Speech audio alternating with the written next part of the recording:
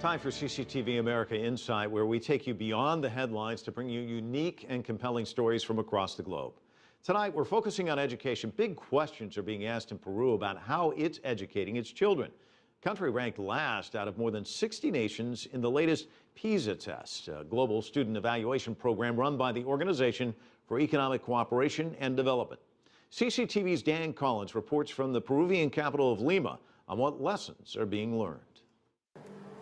The OECD's global assessment of 15-year-olds was a wake-up call for the Peruvian government.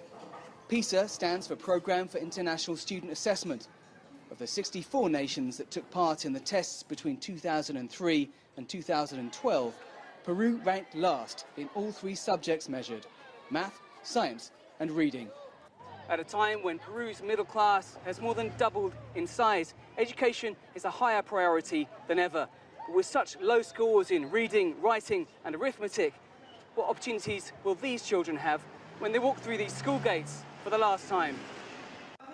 The prognosis doesn't look promising. After a decade-long economic boom, Peru's dismal classroom performance hasn't budged.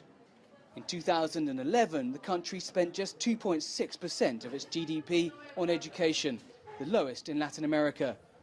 Teachers say they feel undervalued and underpaid. The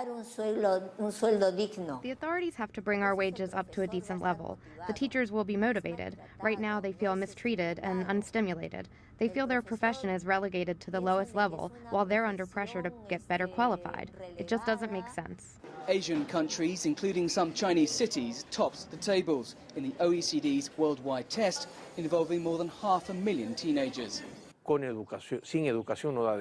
These results remind us, once again, that growth without education will not give us development. In other words, as a country, we can't have these notable growth rates and have these results in education. If we want to be a developed nation, it has to be a combination of growth and education. Otherwise, the growth will be unsustainable. Human capital is key to any nation's competitiveness in the global economy.